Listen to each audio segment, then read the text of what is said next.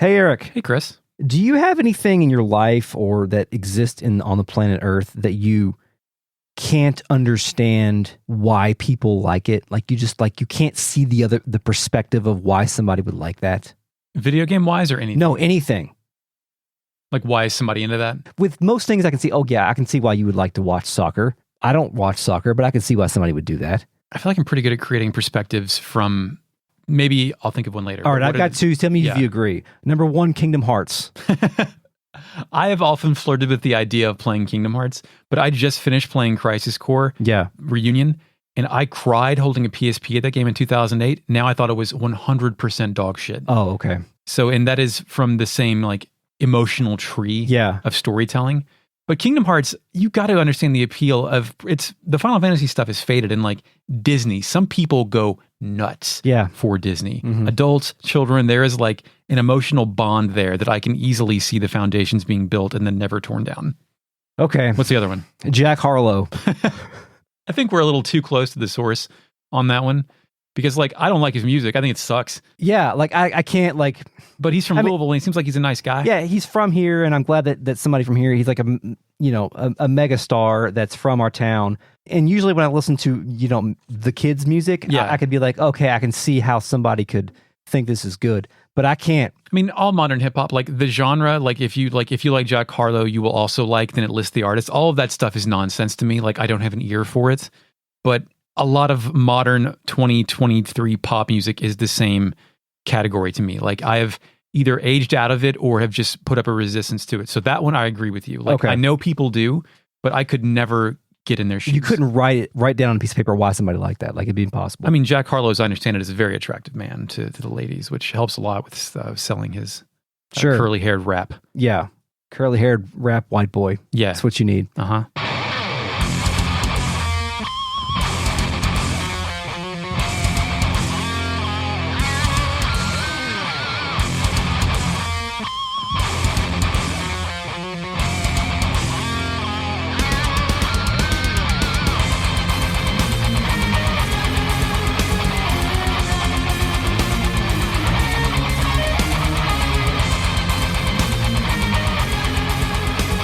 Welcome to Retrograde Amnesia, a comprehensive podcast where we discuss classic and Japanese role-playing games, chapter by chapter, beat by beat.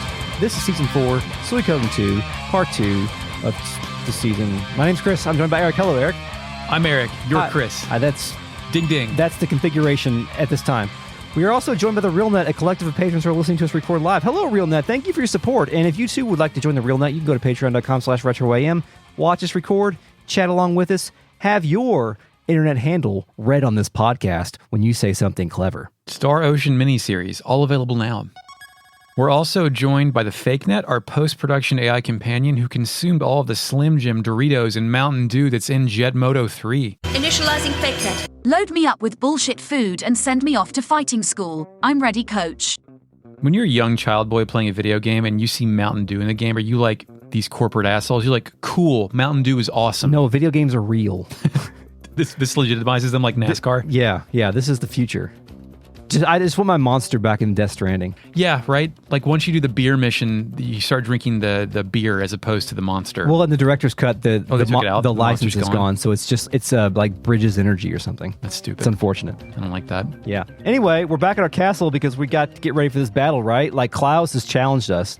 A bustling town plays. Yeah. Out of the square, or the circle, or the war room where tactics plays, the major players are here with Lord Ridley. Yes, Ridley has also joined the group here.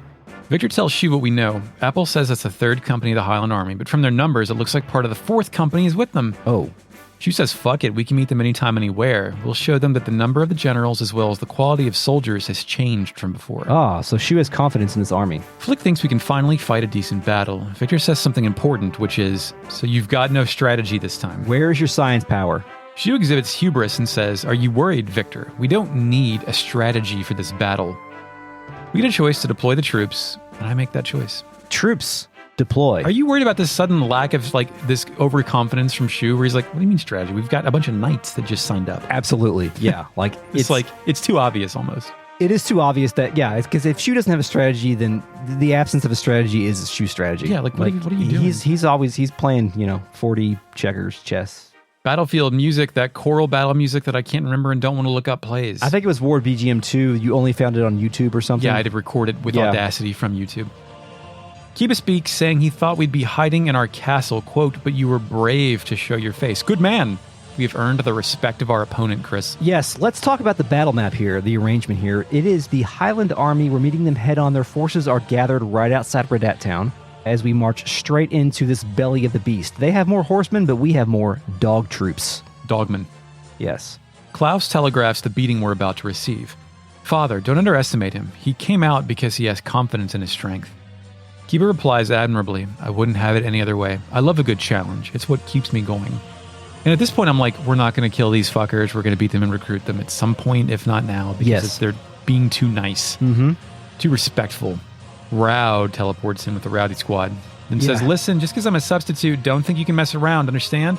If you understand, stay in your positions. The third company will take the lead. I'm like, Rowd's here because Joey's not, right? Yes. Like, this is what has been subbed in because Joey's doing something else. Yeah, Joey's getting married. Right, that's what I don't know that explicitly yet, but yeah. Victor is itching for a good fight. Flick warns not to underestimate them. Start battle. We start doing shit and Ridley speaks. I march my kobolds into the forest because dogs love trees. That's right. They love pissing on them and humping them. Victor's kind of a dog, so I sent his unit in as well. The bear. I have Flick and his Horch archers with Sai and Freed to follow them. Ridley's unit protects the flanks. Luke's mad magic unit trails a bit. The Highland archers try to shoot my dogs, but the cover of trees protects them, I guess. Is that real? Will trees protect you? I don't know. I don't know if there are tactical advantages to different tiles or whatever. Definitely seems like Rowd's team just stands there, by the way. Yeah, they don't move. Yeah. After the first turn, Ridley has a question about our troop deployment. It's a great question. He asks Shu if he can speak freely. Shu acquiesces to this request. Ridley says, why is it only the kobold unit is being placed on the front lines, question mark. I actually noted, they put the kobolds in front. Like, I'm completely ignorant of the ruse that's going on here. I didn't remember this at all. Shu says, decisions about troop deployment are mine and mine to make, and I expect you to follow them, General. And so that's like Shu's arrogance is resurfacing for a mid-game plot rearrangement? Yes, a little bit here. That's what it seems like. Like Shu wants to slaughter all the dogmen? Yeah, exactly. It's like putting the peasants, like a human shield type situation, you know? Yeah. The battle rages on then for a few turns, and then after some additional mayhem, Ridley says that he knew that he should not have joined forces with the humans. He says, quote, we don't need to waste our precious few lives in this meaningless war. Order all forces to retreat. Because we have failed to unite the races for any long-term advantages. The kobold forces agree, ARF. They beam out. Yeah, they beam out, and they ARF as well. Miklatov can't believe this shit. I think it's funny, the last battle Miklatov signed up for, there was some shit that he couldn't believe where they beamed out. Oh, yeah, because they were supposed to help Victor's mercenary force. Yeah. They beamed out from helping. And also, Miklatov just quit the Knights of Order to join this more noble army, and now this shit is happening in his first battle. God damn. He quit his job for this shit. Rowd says, what? A rift among friends? Ha ha ha. Good, now it's our turn. All forces advance. So then Rowd starts sending his troops upward as well. Yeah. And we are getting crushed. We're in a bit of a pincer situation, you might call it. At some point, Victor buzzes in. Do you know what he says? It's no good. It's no good. It's no good. It's no good. Yeah, can't do it. No good. Without Ridley's help, we don't have a chance. Apple and Chew seem to agree, and the latter orders me to withdraw. Flick can't believe this shit. We start to beam out as Kiba says we won't get away. Klaus convinces him it's too dangerous to pursue now, and we need to regroup with our forces. Withdrawal. Chris, so earlier you were framing this as all part of Shu's plan. Or I saw this as like Shu just fucked up. Well, using my knowledge of what's to come, yes, but I also thought that Shu fucked up because I didn't quite remember what was going on in the background here. Okay, so the alienating Ridley thing, this isn't all part of like some grand strategy to lure Kiba and Klaus in somewhere else. This is just some shit that happened. Not at this point. Because it seems like alienating Ridley and his entire dogman race is a pretty strong gamble here. Yes, yeah. Headquarters, music, sedition alternate plays, and we are in the square, the war room. Yes. Miklatov steps forward and asks a very important question. What's up with Lord Ridley? I don't know, man. Maybe he found the scenario unethical and quit his job. Yeah. Just like you did, Miklatov. Yeah. Huh. Hey. Like, I wanted the game to play at those parallels so much. It's like, we dishonored him. Yes. There's like a circle of dishonorment. Yes. Dishonored too. I quit it after an hour. Oh. Camus thinks the state's army's bad habit has shown itself. And I think Camus like, God damn it. Fuck. Yeah. Honestly, though, I hate it when I meet someone I think is cool, then quickly reveal that I am actually a massive shithead. Yes. Like, it's not them that's the problem, it's me. Yeah. Chaco's here for some reason. It's the modern equivalent of someone I respect following me on Twitter and me freaking out that I have to clean my shit up immediately. Chaco's here. I thought he was done. Why is he here? I don't know. Maybe as a representative of the Two River. To juxtapose Ridley, but I just thought, I thought Chaco is going to be a character that we never heard from again in this game. Ha, you were so arrogant. You don't want to lose your life? ? Who's he talking to? I don't know. Maybe he saw Ridley? Yeah, maybe. I think so, because like the wingers wanted to be braver than the dogmen or the Two Rivermen. Yeah. Flick says we can't do shit without Ridley. Yeah, we're boned. Like, Flick knows that we're fucked. Like, Flick's been in plenty of fucked up army situations. Yeah. Although Tyr McDowell, like, a better winning streak going by this point in the plot, but he knows a losing team when he sees it. I mean, you gotta, from Flick's perspective, like, the most exotic members of our past party was formed by a wet elf in bed. And like, if you compare Ridley to that, it's night and day. Yeah, it's true. It's very true. Shu says, this is no time to attack Ridley. We need a strategy to weaken Kiba. Everyone get some rest. The rest is my job. Dude, it's no time to attack Ridley. It is throwing the heat off of himself for his poor decision. Yes. Rest is a funny word in that context, too. Ready to get some rest. The rest is my job. Yes. Lord Rio, you should get some rest, too. Bustling Town plays We Have Control. This was the first time I noticed Bustling Town, actually, but I'm sure it played earlier. Did you pull the residents here? What now? Did you talk to everybody else in the war room about their thoughts? Oh, no, I didn't. Teresa says why. Flick says ugh. Victor doesn't get it. Apple spits dots. Miklatov thought we were winning. Camus doesn't get it. Sai doesn't get it. Chaco can't believe this shit. No. Gil Sai. I go back to my... you want to go back to our room now? Why Sai? Yeah. Now... So how about them fire spirits, dude? Eileen's finally there. Oh, really? She's in my room now. Great. Finally. It's happening to you, too. If I talk to her... some Twin Peaks shit, honestly. Yeah, I know. I talked to her. She wonders if I'm okay. She says she heard it was a lost cause. She tells me to perk up. She says, quote, in war... it's the last one standing who wins. Well, see you later. Thank you, circus performer. Yeah. Weird. I know I say it a lot, but this actually has to be the biggest, like a Big Gulps reference this time. Like, man, war sucks, huh? Well, see you later. Yeah. Jowie scene time. We're at the castle. You know what they hit us with? Ceremony. Fucking organ pipes. Is that the sound here? It's called ceremony. Yeah. We're in the same castle as before. The king's here. He's facing outward. Luke is at his side. Jilia is also here, facing the king. Officiant, right? Yes. Jilia is facing the king. Jowie is also here. There are two other unique sprites here, but I don't recognize them immediately. I don't think they have names. There's a guy in a pink cape who's adjacent to Jowie. Yeah. The king, a very kingly man. Agaris, is that how we're saying it? Agar. I'll say it different every time because I can't settle anything in my brain. Okay. Agaris says, Jilia, you're certain this is what you want? And like, that's a great question because I was hoping this whole thing is a work by Jowie and she's in on it, but I don't know that we figure that out. Does she talk? She says, yes, I will have him as my husband. Yeah. The king then gives his permission to marry Jowie. It seemed like when we met Jilia the first time, and the only time, is she had a significant amount of agency with shit like this. She did, but she also did call out to the fact that even though she's a princess, she's a woman. Okay. And women don't carry much power in Highland, They're just to be married off for strategic reasons. Yes. She backs off a little bit, and then some random NPC tells her that she has to leave. The knight's oath is something between the knight, his king, and a witness only. Jilia says yes, and she's led away. Luca laughs a single ha. The knight's oath? So is Joey being knighted or married? Both, I think. I mean, maybe... simultaneously? Does the... Like, are they going to do some kind of fucking, like... What are they doing? Yes. Why does she have to leave the marriage? I think this is like some Freemason shit. Oh, okay, yeah. So this is some Freemason shit, and also... No one can see what we're about to do. Yes. And I think it's probably a requirement that the princess is married to a knight. Like, okay, yeah. Maybe. Even if it's not, like, Jowie's in charge of a whole company for the island army now, so they should probably do it. Yeah, and he's bargained his way here. Agaris speaks, I hereby recognize you, Jowie Atreides, as a knight in the service of the Highland Kingdom. Jowie steps into the center of a big rug and then says, I, Jowie Atreides, swear eternal fealty. Fealty? Is the L silent in fealty? Fealty? Fake net? What is that? Initializing fake net. Fealty. It's pronounced fealty. Okay, say it like you're not British. What the fuck are you talking?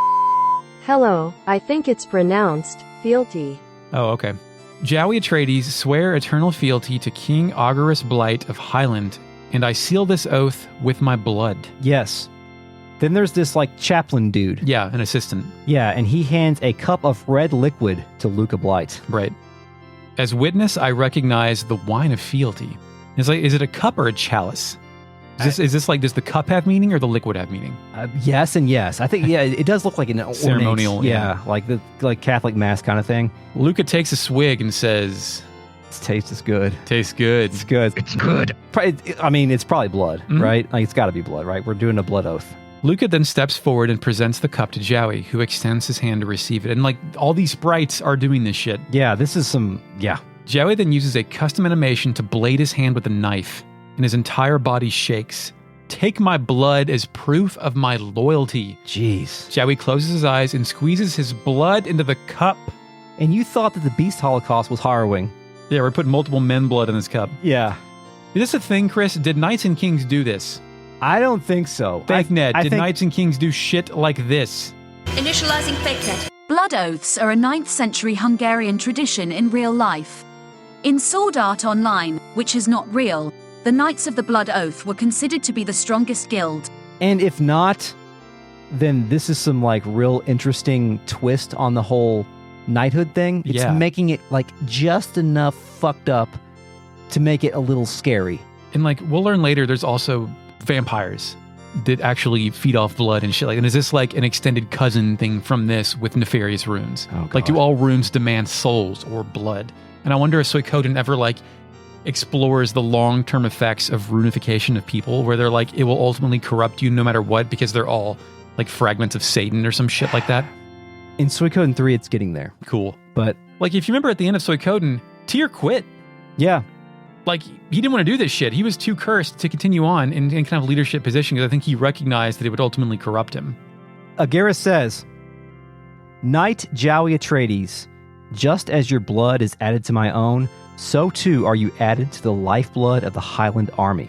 Then Agaris takes a sip. Yes, now, as loyal knight in service of the Highland Kingdom and Blight Royal family, I ask you to, His eyes go cartoon wide. yeah. Then he convulses, takes a knee. Did he vomit? I got blood or wine or both spill out of his mouth hole into a visibly pool on the floor. Like Yeah. it pools onto the floor. Okay. He then falls face first into the pool. The music stops and the cup bounces away. The attendant walks over and cranes his neck over the body. Something important happens. Sedition plays. The king can't believe this shit. The king can't believe this shit. If you remember at patreon.com/retroam in our Terranigma podcast is when so-and-so can't believe this shit was birthed on this podcast. Really? I thought that was Yeah. a Chrono Cross edition.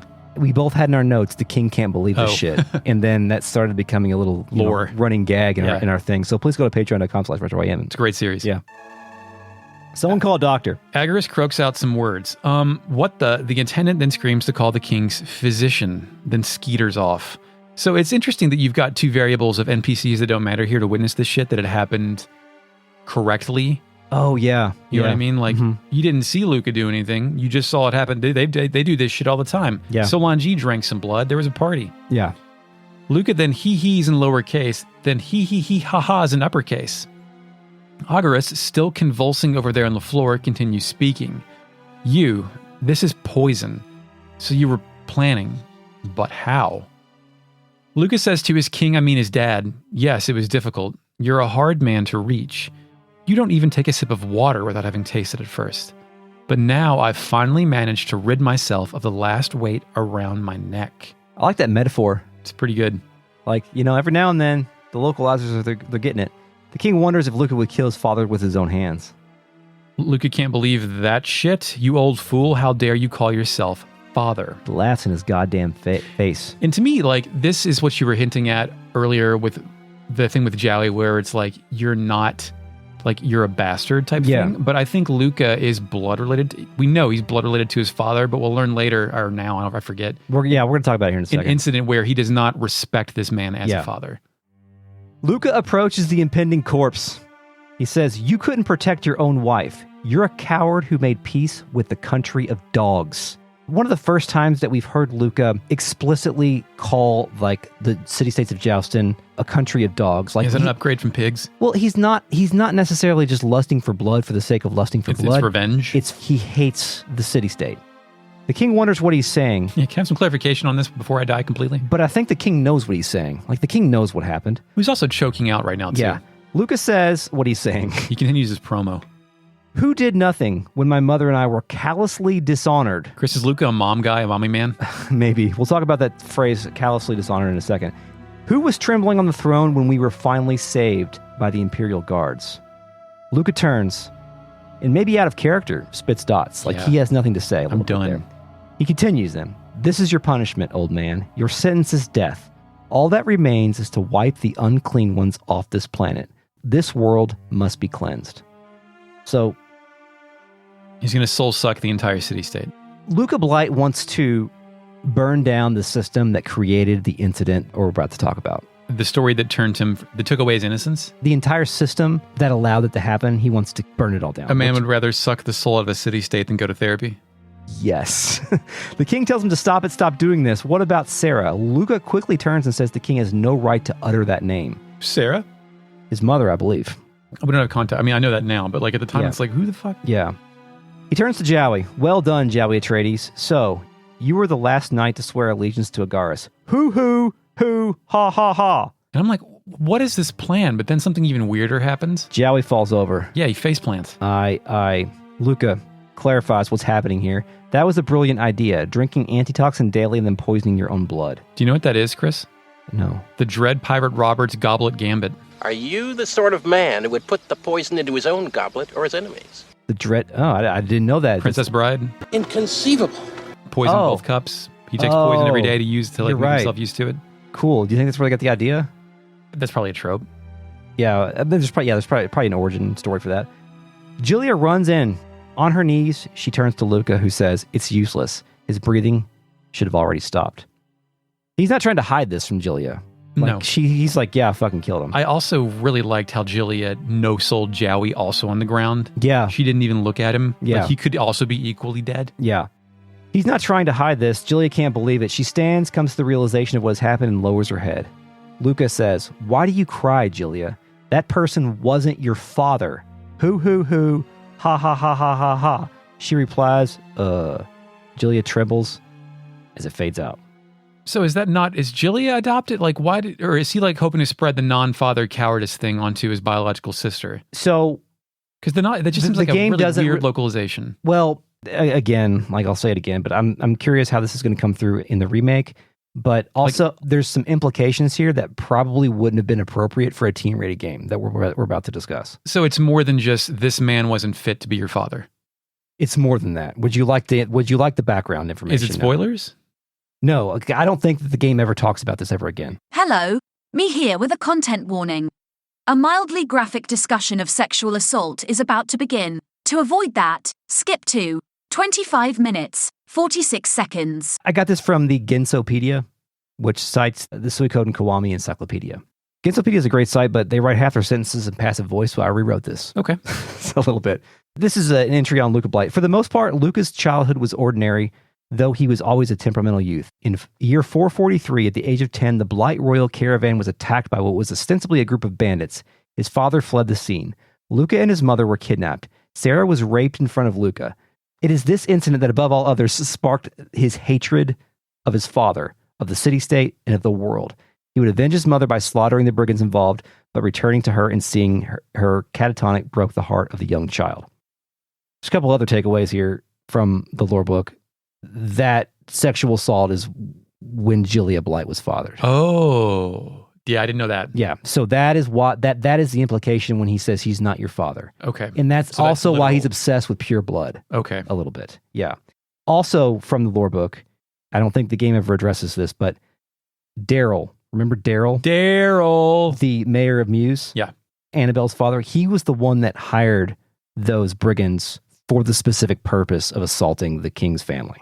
And shit, Daryl. He was also the one who poisoned Genkaku's sword before that duel with his friend. Point being, it would have been so much cooler if that was in the game. Daryl's bad. Yeah. Not cooler, but like that's a way better storytelling. Yeah. I mean, I enjoy ambiguity too, but I think that should have been, I mean, you really can't say the word rape in a 1999 PS1 game. They used the term callously dishonored. Yeah, dishonoring does usually mean, can often be interpreted as sexual assault. It's still very vague, and this was not something I ever picked up on until like much later, like reading wikis and stuff like that. Like when I played the game, this didn't really make any sense. I just thought that when the servants saved them, I thought the implication was my father wasn't man enough to save himself or us. He had to rely on somebody else to do it. Yes. Like the buck didn't stop with him. Like a masculinity thing. Right. I thought he was emasculating him. Yes. That is substantially worse. And I don't think that the game ever talks about it anymore. I don't think it messes anybody's playthrough up to know this now, right? Because most of those things are implied. So I think You say sexual assault in games. I think there's only one that I can even think of that depicts it. Like that's you just don't even fucking see. Yeah, that. like you can't really put that in a game, but it is like. Oh, you can. Well, yeah, you can. Yeah, I mean, in this time when you want to release a teen-rated game, again, it looks like a fucking cartoon, basically. Yeah, I mean, even M-rated. Parasite Eve was M, right? Like there was no sexual. I mean, there was like sexual stuff, but not assault. Yeah, not like the book. Using that as a backstory can be problematic, I guess. Yeah, because it's tough to handle carefully and respectfully. The first time that I read about this, it was before the Kiwami was translated. I read about it in the forum, and somebody had misinterpreted it and said that Luca was the one that was fathered during that, and that was the reason that he was insane, which is kind of a bad way to write that. Yeah. This is a little bit more carefully handled, but they just didn't fucking put it in the game, or they just heavily implied it. So, kind of fucked, Eric. Yeah. Suikoden 2 goes hard. His father is not his dad. Yes. It's morning. There's birds. Millie wakes me up. Really? Rena woke me up. What did Rena say? Nothing. She just said good morning or whatever. Millie said, hey, if you don't get up soon, I'll send Bonaparte to give you a wake-up kiss. Oh, cool. I guess it's random who wakes you up. I thought it was weird that Rena was waking me because I expected Eiley. I saw Millie and I was like, who the hell are you? Oh, right, Bonaparte, the thing from the wood, the little pet. The Kirby sucker. Yeah. The Kirby suck-off. I was flipping around a Let's Play from Nintendo Life, I think, and I was trying to capture sound effects, and Hans woke Rio up in that version. Hans, the fucking armor guy came. Yeah. So I guess it's just a dice roll. What a weird time for random with specifically written dialogue instances, right? Like, yeah. Why write 40 different... I stay in bed, fuck it, I quit my job. But then I get out of bed and head to the square. Yeah. All the major players are there and also Chaco. Yes. Victor speaks first, asking Mr. Strategist if he has a plan. Mm-hmm. Wouldn't it be cool if Rio was dreaming about this shit, Joey? Like he just like astral projected out there? It would be cool. I mean, like a rune binding the runes are leaked, but he can't talk, so he can't tell anybody. Yeah, it's like a ghost scenario. Yeah, or I mean, he can't talk. He can talk, but like, right? Yeah, he doesn't want to tell anybody. Maybe it's a dream, and you just forget it after you wake up. Or it's so troubling that he can't even confide. He can't. Who's gonna tell? Tactics plays as Shu immediately defers to Apple. Yeah, Apple is the meeting chair. Like she's the one that's going to. She's reading the minutes. She's going to describe the situation. She says, the Highland Army has left South Window and is headed for our castle. It looks like a frontal assault like before. Flick calls Kiba a one-trick pony, which is, I think, an insult. Yes. Shu says that they will leave half of our army behind and Lord Rio will lead as our main unit.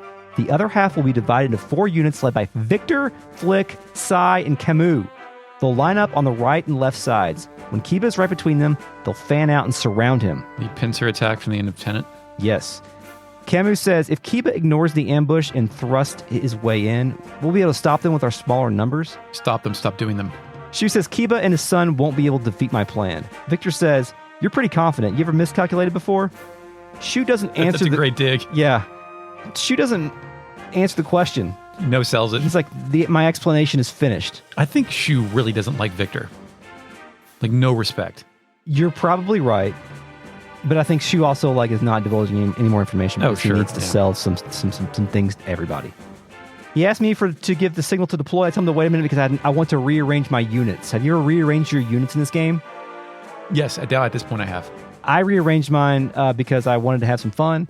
So would you like to hear my units? Tell me about your units. Okay. In Rio's group, I added Humphrey because he adds an extra level of defense. I can take 3 hits. +1 defense. Also Shu because it seems like he should be in Rio's party, right? In Victor's party, I have Apple and Chaco. In Gilbert's party, I have Hannah and Tai-Ho because I want a really strong party with lots of attack. Fucking Gilbert. Flick has Side because I feel like Flick should Fire Spear. Have the Fire Spears, right? Yeah, because he blew up the old ones. He also has Miklatov because I wanted to give Flick some horse. Well, no, Flick starts with horse. Some knightly I wasted my horse. Damn. No missiles. Teresa has Shin in the Nami because Teresa's got to have Shin. And my magic unit is Luke, Jean, and Camus, so that Luke can move in and out and use magic with horses. It would be really funny if you put Shin with Gilbert and he died protecting Gilbert or something like that instead of Teresa. Fucking lost his life. By the way, remember Gilbert. Anyway, I'm ready for war. You ready for war? Everyone's dialogue emphasizes how dire this battle is and how we really need to win out of this one. And I say I'm ready. Let's do it. Marching orders, please. We are now set up on a lonely road with 2 companies of Highland soldiers approaching from the northeast and southeast. That music plays. Apple buzzes in and tells me everybody's in place. She tells me to try and lure General Kiba in without moving. Yeah, so we just stand there. And wait, Yeah. Kiba will chime in and says, this Ryo is a brave young man indeed. Oh, such respect. Twice he has dared to face us. He is truly the son of Genkaku. Without Ridley, it seems they have little chance. But what do you think, Klaus? This man respects us more and more each time he meets us. Klaus has most of our plan right. Quote, they've probably set up an ambush. One unit on the right, one on the left. They'll attack once we're close enough. Kiba suggests they split their own forces for a pincer attack. And I'm like, why are we hearing this? Yeah. Because it's the theater of war, Eric. Right. Klaus says the enemy strategist Shu despises us. He probably thinks we haven't noticed the ambush. That's our best chance. They do know that Shu's arrogant, and they're trying to use it against him, which I think is an interesting twist. Yeah. Even when the ambush is sprung, tell our men to pay no attention and continue to draw forward. Defeat Ryo, and we win. Kiba agrees. So does Raud. He thinks if they mess up, that might be it for his career.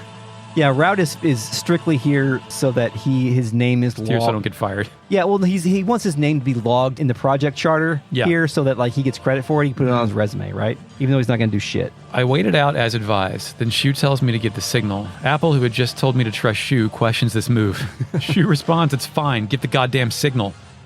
Camus calls his sword Uriah, and he'll slice through the enemy. Yeah, we already knew that. We do our ambush, and Klaus is like, yeah, man, called it. Yeah. Miklatov freaks out. The enemy isn't panicking. We can't stand against them. Shu spits dots. And, like, Miklatov is such, like, a needy, like, Meemaw type, like, always worried, never trust shit. Yeah. Yeah. It is weird, too, that, like, the unit leader is Camus. Like, he's here for dialogue when, like, he's not actually a unit leader in the actual battle strategy. It's like, shouldn't that be I think they're just trying Teresa? to give, like, our new guy something to do. Yeah, but, like, I feel like Teresa should have... She's too shaken, man. She's too shaken. She's done nothing since we got her. Like, I feel like she should have... PTSD. She's just here to show up. Okay. Maybe don't put her in charge of a whole unit then. Shu spits dots. Kiba says the enemy is shaken. Now's our chance. Follow me. Victor buys into this shit. Kiba soon gives the order to crush our army. Flick screams to scatter to protect Ryo. Damn, but then, Eric... Something happens. It's Ridley's music. The Cobalt Army unit arrives. Ridley says, the time is right. All troops advance. Don't let any Highland soldiers escape. Chris, did we get worked? Was the Ridley quit thing like all part of the plan? The racism was a ruse. Like a public ruse to even fool our own dumbass knights? Yes. Do you think that was a ruse? Ridley didn't...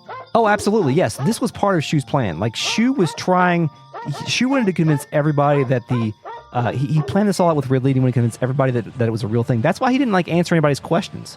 Because, like, Victor was like, He was embarrassed. Like, he was proved fallible. No, he just didn't want it. He did not want word to leak out. I think it's cool that we're debating this. That this is on and honest. Like, it fooled me, too. Shu knows that there could be a Sanchez, right? Oh, yeah. So he didn't want to tell anybody except for the ones involved, which was There Ridley. could always be a Sanchez. There could always be. That dirty fucking Sanchez. Yes, there could always be a Sanchez. Shu says the plan worked. See, the plan worked. The rest is up to you, Apple. Dude, if I looked into some shit, I would also say the plan worked. That's true. That's true.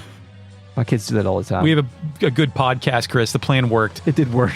People are giving us money to listen to our podcast. It worked. The plan worked. The rest is up to you, Apple. Apple confirms. I have a question, Eric. Yeah. Am I Apple? Because he says the rest is up to you, Apple. Now I'm moving the units around. Am I Apple? And is during these battles, is Apple a playable character? Apple is the player character during the battle. Like, she's moving Ryo around. Ryo's a unit, too. Apple is not a unit. Yes. I'm Apple now. You're Apple.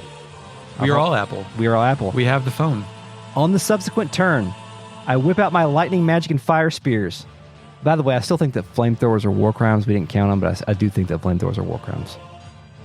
Did we ask that? Are flamethrowers... We surely have asked the fake. We have asked, yeah. And I think that we came back with a no. But I'm just saying, if you want to set somebody on fire and they're like too far away, you need a flamethrower. Okay.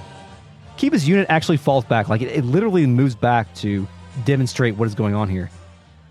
Kiba will eventually wonder what the hell the fourth company is doing. Raud will continue to loaf.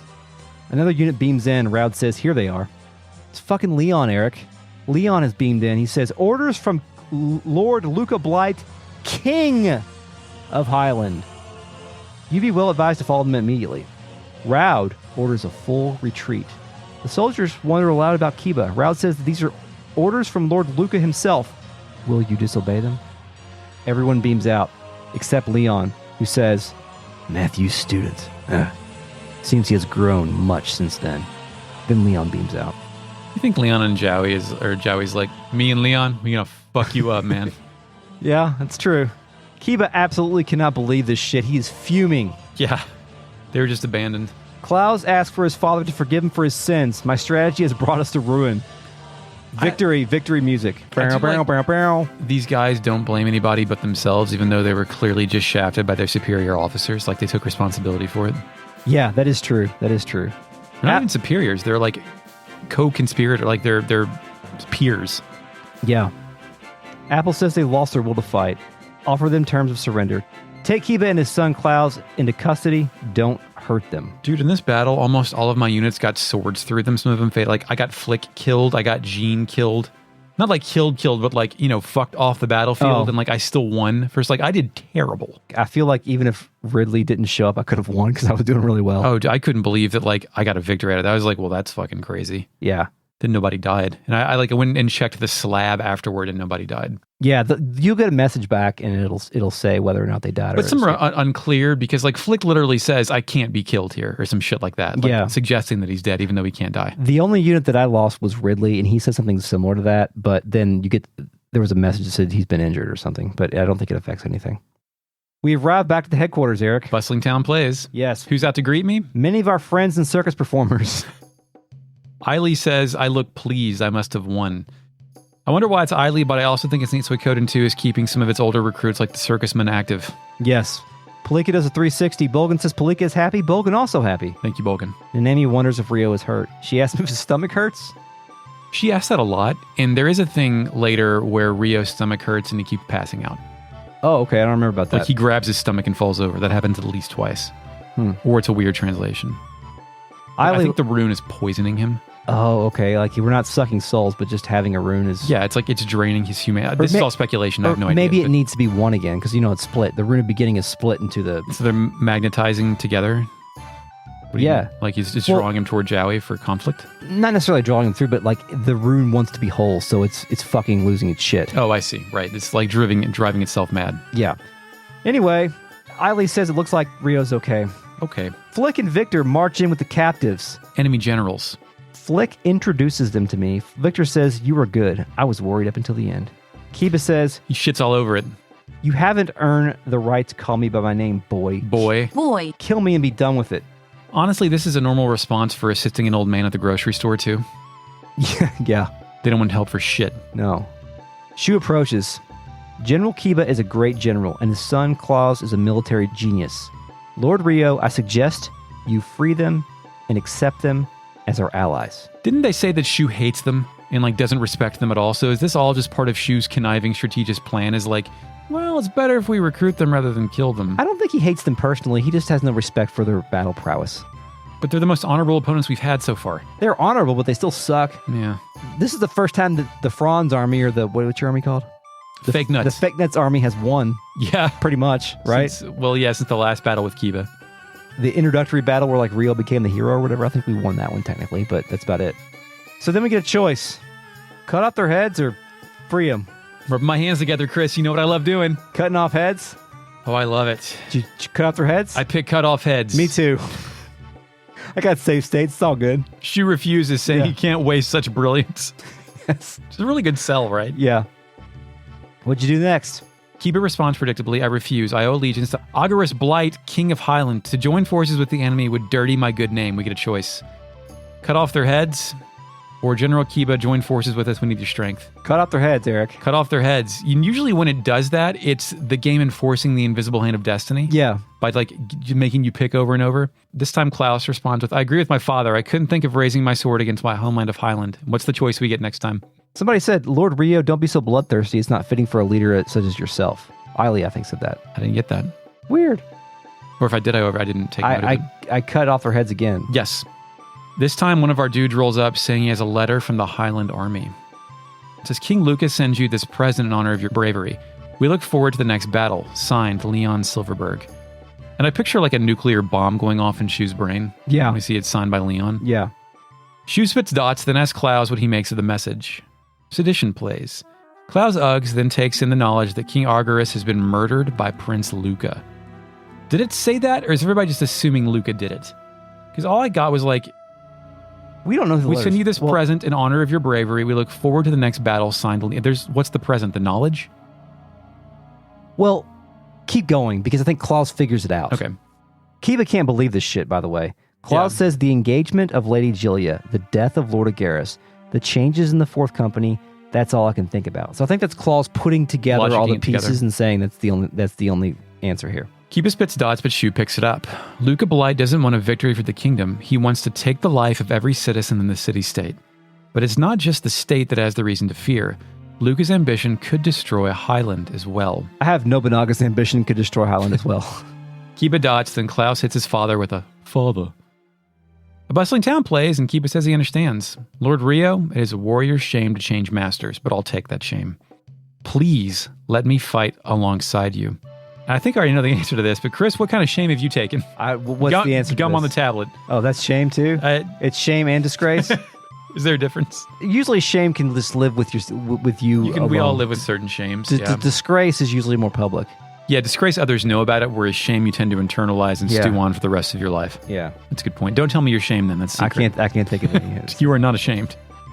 Klaus is in. I'm no match for you. My genius alone was not enough to defeat you and your impressive collection of warriors. But from this... I'm sorry, I'm saying warriors is warriors from now on. But from this day forward, I am yours to command. Please use my humble skills as you see best. Chris, is this like a false modesty thing with Klaus? A humble brag? My humble skills? Yes. I think so. Klaus but is pretty well written, honestly. But I think Klaus, he is. I do think he does acknowledge the fact that he's not as good as Shu. Like, he knows that. He's flawed. Like, remember he asked his father to forgive him earlier because he's like, I fucking lost. It's funny, later on this game, we'll go on an away mission, and Shu doesn't come, Klaus does, for our strategy stuff. Oh, cool. The soldiers that are detaining Kiba and Klaus back away, then Kiba joined the group. Klaus joined the group.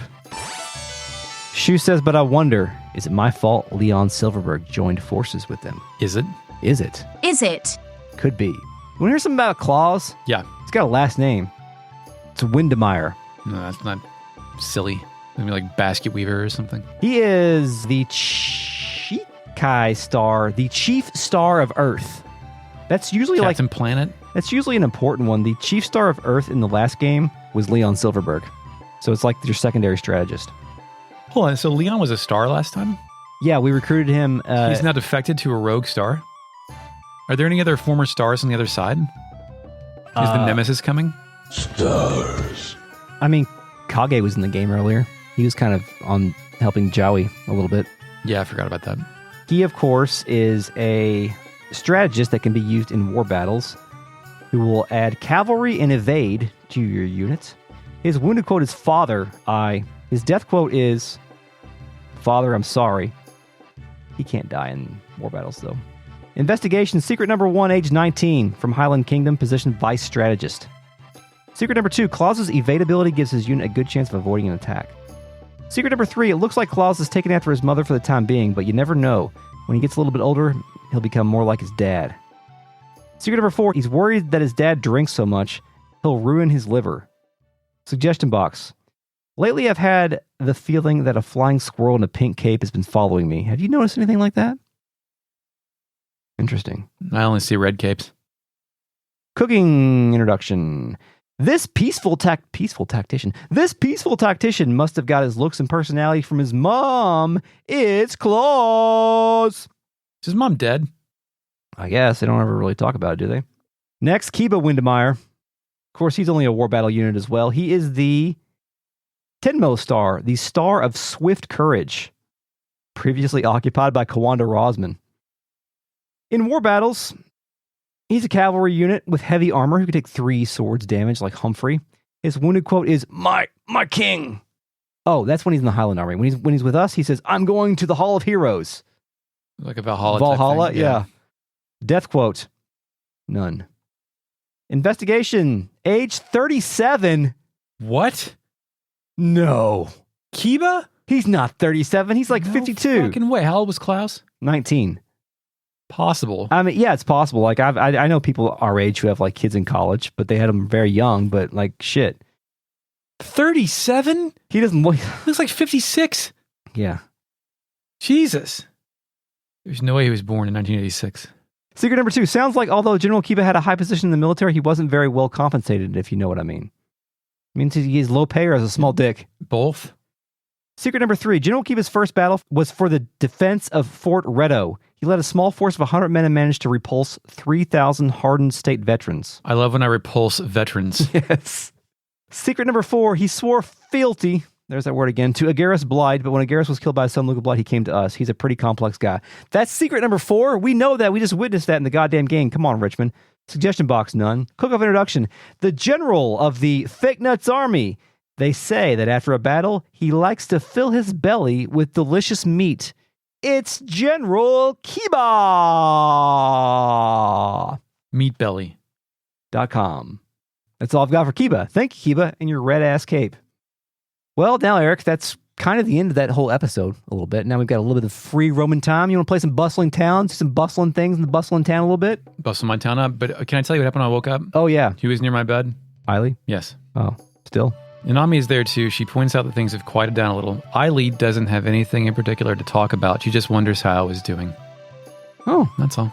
cool. I did some exploring, but you tell me about what happened to you first. Yeah, first I went to Hayo's kitchen and another battle has initiated. This time, Barbara's dead in the middle of the floor. Barbara? Barbara's face down in the middle of No, not storeroom Barbara. Sedition Place.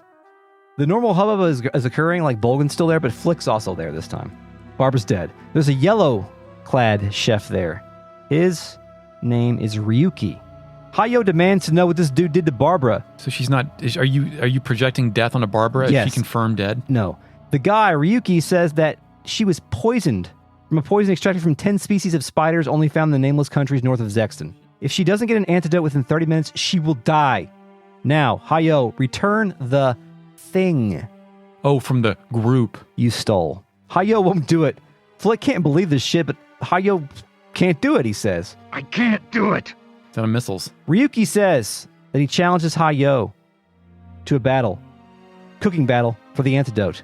I tell him, help Barbara, Hayo. Hayo's ready. Ryuki says, by the rules of the Black Dragon Group, let's cook. Wasn't that what Kano was in? Ask me anything about Mortal Kombat lore. Fake net, what was Kano in?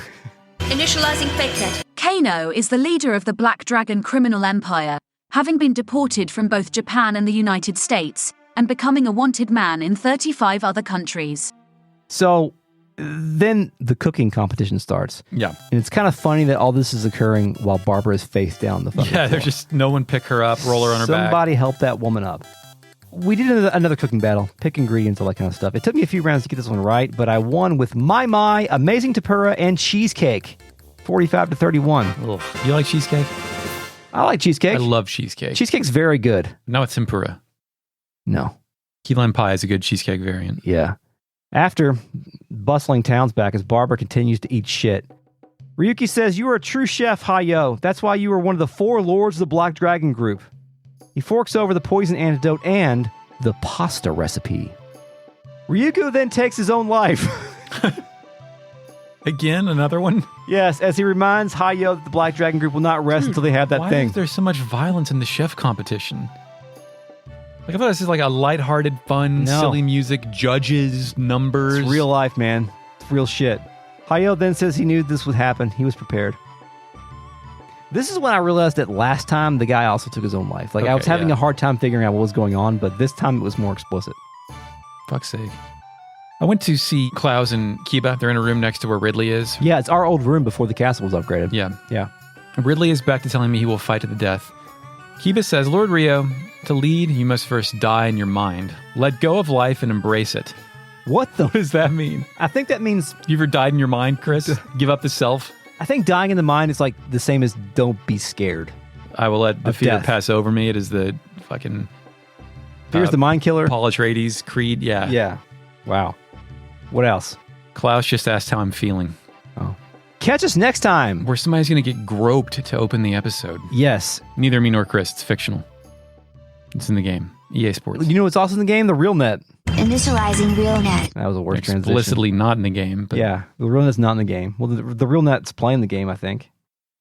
John Doe says platforms have a natural life cycle, and once they hit a certain size and sell out, someone at the corporate level breaks the glass and open palm slams the giant red button marked suck. Yeah. Suck, lay off, Yeah. fire, privatize, fucking that stock buyback, fucking Bain Capital. Cal-El challenges anyone to name 4 good towns in Indiana. I spent a lot of time in Anderson when I was young, which is also a suburb of like north of Indianapolis. And I went back there recently and looked very impoverished, more so than I remember. New Albany's all right. Yeah, nobody's fine. It's got a good downtown scene. I went to a party there a month ago. Indianapolis is fine. I spent a lot of time in Fort Wayne, too. They have a good petting zoo. I've gotten gas in West Lafayette a lot. They have a good gas station. Oh, good. Gas stations. That's a point of pride. Yeah.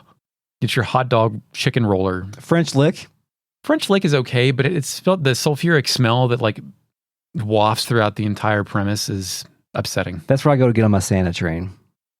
Oh, yeah, for the Santa train event. I stayed there when I was young. It was like a whole family weekend thing. John Doe says Leon's playing 4D chess, Shu's playing 4D checkers. That's right.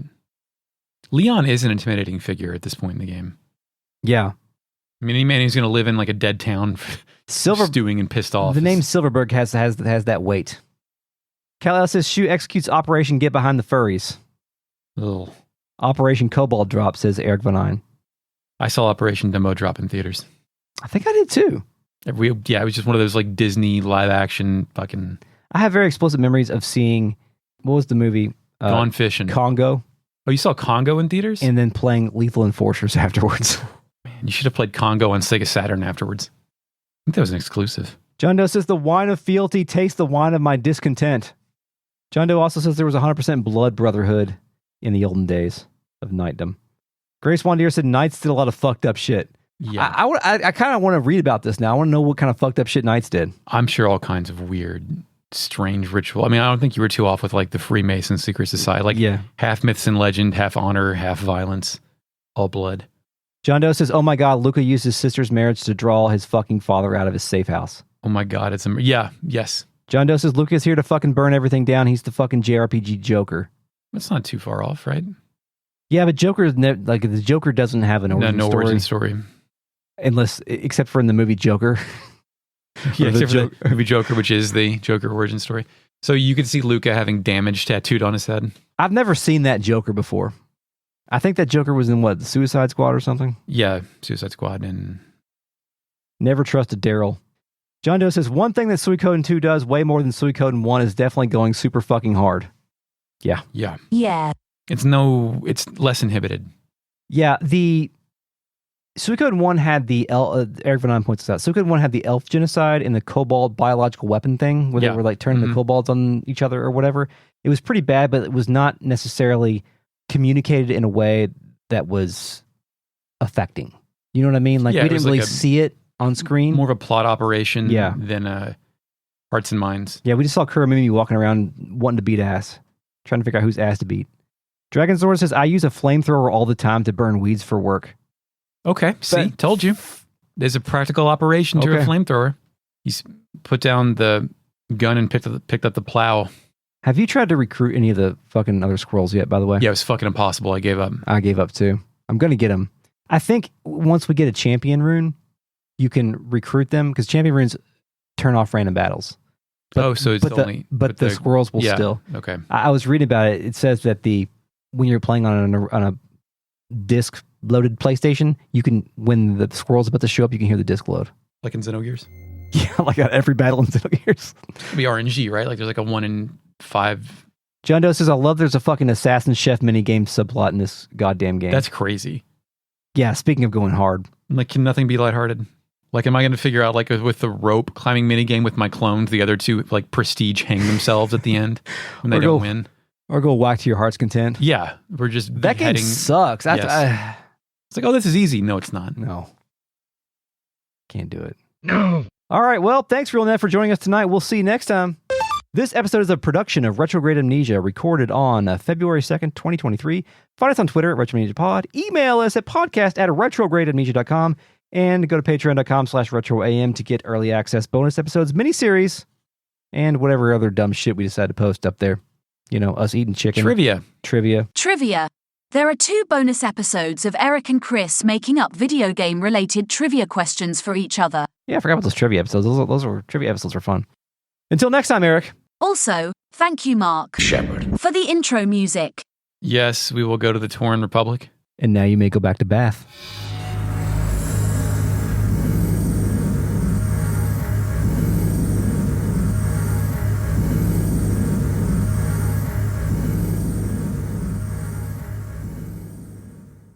I don't understand those fucking games. I don't want to. I don't want to understand them, but you know, Cal L says that you should have said Gundam. I get big robots. Like I like Transform. I understand robots in anime. Getting into Gundam is daunting. You know what I mean? There's too much of it. Where do I start? What was the start of all of this? I don't know. I don't have time. You want to start some hot sounds? Yep.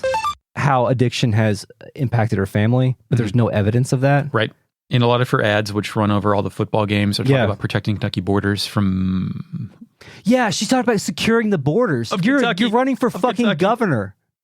You can't secure the border. I need to be able to go to Indiana. Right. You know? Take Kiba and his son Klaus into custody. A voice is calling out to Elle. As Elle plays. Of course. It's her parents. The king can't believe this shit.